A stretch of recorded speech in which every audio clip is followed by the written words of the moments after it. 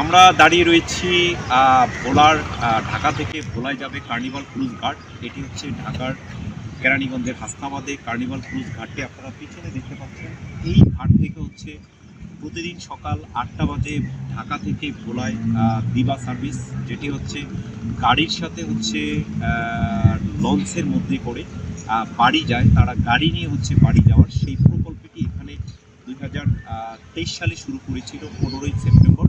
সেখান থেকে আজও পর্যন্ত চলছে। আজকে হচ্ছে 21শে মার্চ 2025।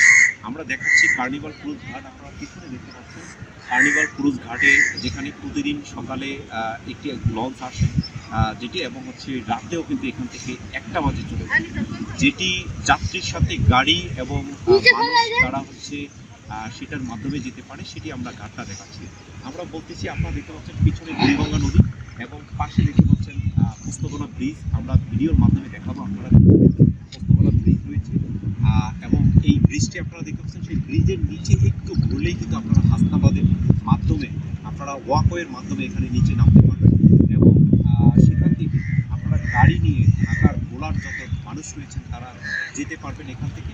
এবং গাড়ির সাথে আপনারা ভোলার প্রায় 30 লক্ষ মানুষ রয়েছে এবং ঢাকাতে প্রায় 5 লক্ষ মানুষ রয়েছে। সেই সকল মানুষগুলো হচ্ছে ঢাকা থেকে যারা গাড়ি ব্যবহার করে, শৌখিন মানুষ রয়েছে, তাদের জন্যই আসলে এই কেরানীগঞ্জের হাসনাবাদের কার্নিভাল ক্রুজ ঘাট।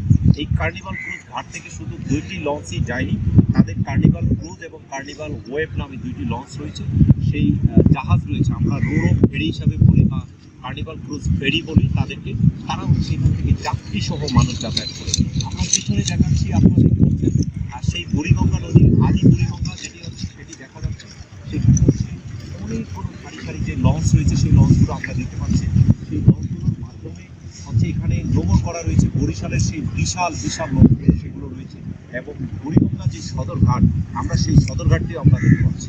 সেই ঘাটটিও আমরা দেখতে পাচ্ছি বিভিন্ন ঢাকার সাথে যে যাতায়াত করে বিভিন্ন ট্যাঙ্কার জাহাজ, বালঘাট, বালুবাহী বা বিভিন্ন মালবাহী জাহাজ রয়েছে, সেগুলো যাতায়াত করে। এবং আমরা যদি একটু দেখাই তাহলে দেখতে পাচ্ছেন ঢাকার যেই চাঁদপুর থেকে বোগদাদিয়া লঞ্চ তারা ঢাকাতে হচ্ছে আসতেছে, সেটিও আপনারা দেখতে পাচ্ছেন। এটি হচ্ছে ঢাকার সাথে আন্তর্জাতিকভাবে যোগাযোগ করার জন্য একটি রাস্তা। শুধু একটি ঘাটি নয়, এটি একটি ঐতিহাসিক ঘাট। এখানে সাবেক সরকার নৌ পরিবহন তিনি এসে উদ্বোধন করেছেন এই ঘাটটি। উদ্বোধনের মাধ্যমে এখান থেকে ফেরি দিয়ে হচ্ছে মানুষ যাতায়াত করে। এবং শুধু তাই নয়, এখান থেকে হচ্ছে ঢাকা থেকে কলকাতা, হচ্ছে এখান থেকে চারতলা একটি লঞ্চ রাজারহাট সি, তারাও কিন্তু এখান থেকে যাতায়াত করে। তো সেখান থেকে রাজারহাট থেকে ঢাকা থেকে কলকাতার যে ঘাটটি, সেটিও কিন্তু ফেরিঘাট, আর সেই ফেরিঘাটে হচ্ছে যাতায়াত করে। এবং পিছনে দেখতে পাচ্ছেন বুড়িগঙ্গা। আমরা বলবো যারা বিআইডব্লিউটি আছে তারা বুড়িগঙ্গা নদীর যে পাশ থেকে ওয়াকওয়ে তৈরি করবে এবং এখানে ট্রেনের সার্ভিস লাইন যদি চালু করে, তাহলে হচ্ছে এখানে মানুষ খুব নির্বিঘ্নে যাতায়াত করতে পারবে। আমরা আজকে ট্রাভেল পোস্ট বা ভোলার ট্যুর থেকে আমরা ভিডিও করছি। আমরা বলেছিলাম যানজট কমানোর জন্য ঢাকা থেকে মেট্রো রেল, ঢাকার কমলাপুর রেল স্টেশন থেকে একটি মেট্রো রেল সদরঘাট পর্যন্ত হচ্ছে যদি চালু করা হয় এবং সদরঘাট থেকে যদি হচ্ছে প্রকল্প পর্যন্ত যদি মেট্রো রেল নিয়ে যাওয়া হয়, তাহলে আর ঢাকা শহরে পুরো ঢাকাতে কোনো প্রকার যানজট থাকবে। তো আপনারা যারা আমাদের ফেসবুক পেজ, ইউটিউব চ্যানেলে রয়েছেন, আপনারা আগেও লাইক দিয়েছেন, শেয়ার করেছেন। আপনাদের জন্যই আসলে এই ভিডিওগুলো করা। আমাদের ট্রাভেল পোস্ট আমরা বলি দ্য ইমেজ অফ বাংলাদেশ, বাংলাদেশের প্রতিচ্ছবি। অনুরূপভাবে আমরা বলি ভোলার ট্যুর বলি, সেখানেও আমরা বলে থাকি হচ্ছে দ্য ডিসকভারি অফ ভোলা, মানে ভোলার আবিষ্কার। এই ভোলার আবিষ্কারের মাধ্যমে ভোলার মানুষের যাতায়াতের মাধ্যমে তারা এখান থেকে খুব নির্বিঘ্নে যাতায়াত করতে পারে।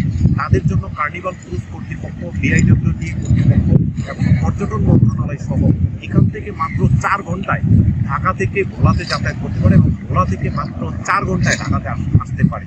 এই সুযোগটি করে দেওয়ার জন্য সকল কর্তৃপক্ষ যারা রয়েছেন এবং সাবেক সরকার, আর তাদেরকেও আমরা ধন্যবাদ জানাচ্ছি। তারা বাংলাদেশের সাথে ইন্ডিয়ার যে একটি সংযোগ তৈরি করেছেন এবং বর্তমানে অন্তর্বর্তীকালীন সরকার, তাদেরকেও আমরা অনুরোধ জানাবো এই ঢাকার এই বুড়িগঙ্গার হাসনাবাদের এই ঘাট থেকে যাতে পাকিস্তান পর্যন্ত যাতে একটি লঞ্চ যাতায়াত করে সেই ব্যবস্থা করার জন্য।